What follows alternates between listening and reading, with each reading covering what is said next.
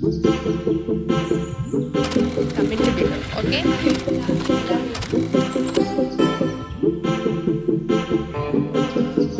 Hi guys, നമുക്കിവിടെ ആകെ 2 ദിവസം ഓണത്തിന് ലീവില്ല. അതുകൊണ്ട് തന്നെ ഇപ്രാവശ്യത്തെ ഓണം ഞാൻ നാട്ടിൽ പോയി. നിങ്ങളുടെ കുറച്ച് ആൾക്കാർക്ക് അറിയുന്നുണ്ടാവും. അതുകൊണ്ട് തന്നെ നമ്മൾ ശ്രീലക്ഷ്മിയുടെ വീട്ടിലേക്കാണ് നേരെ പോയത്. അപ്പോൾ എനിക്ക് ചെറുപ്പത്തിലുള്ള ഫോട്ടോസൊക്കെ കാണിച്ച് പിന്നെ നമ്മൾ കുറച്ച് നേരം അതിനെപ്പറ്റിയൊക്കെ പറഞ്ഞ് അവിടെ ഇരുന്നു. ഇത് ഞാൻ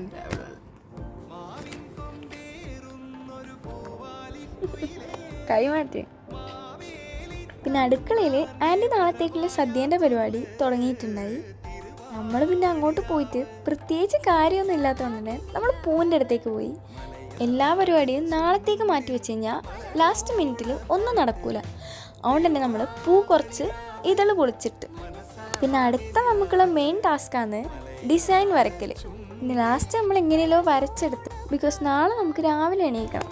പിറ്റേന്ന് നമ്മൾ നേരത്തെ എണീച്ച് വേഗം നമ്മളെ പൂക്കളെല്ലാം സെറ്റായി. നമുക്ക് കുറച്ച് സാധനം മേടിക്കാൻ പുറത്തു പോകാനുണ്ടായി.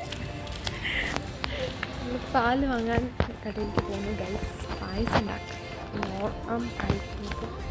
ഓണം പായസം.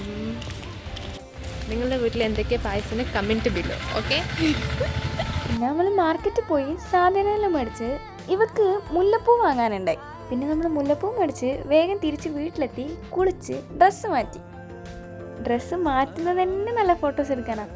നമ്മൾ 2 ഫോട്ടോസ് എടുത്ത് അപ്പോഴേ ക്യാൻറ്റീൻ്റെ ഫുഡ് ആയിട്ടുണ്ടെന്നില്ല വിളി വന്നു. ഇത് ബീൻസ് ഉപ്പേരി, ഇത് ക്യാബേജ് ഉപ്പേരി, ഇത് ഓലൻ, ഇത് കൂട്ടുകറി, ഇത് പൈനാപ്പിൾ പച്ചടി, ഇത് അവിയൽ, ഇത് മത്തങ്ങ എരിശ്ശേരി, സാമ്പാർ, ഇത് ചെറിയ പപ്പടം, വലിയ പപ്പടം, ചോറ്, പിന്നെ അച്ചാറ്, പുളി.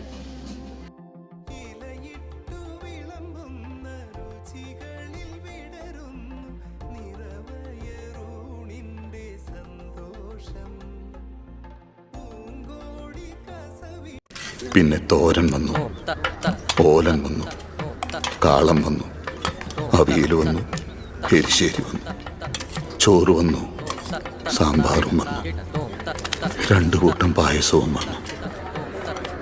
വയറ് നിറഞ്ഞു.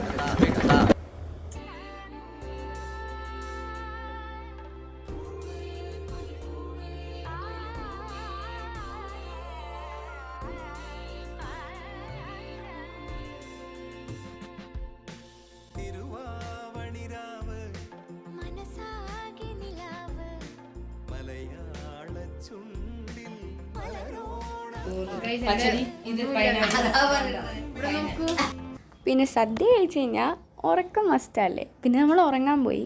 പിന്നെ ബാക്കി വീഡിയോസ് എടുക്കാൻ എന്നോട് മറന്നുപോയി. അപ്പോൾ അത്രയേ ഉള്ളൂ ഗൈസ്. Bye bye.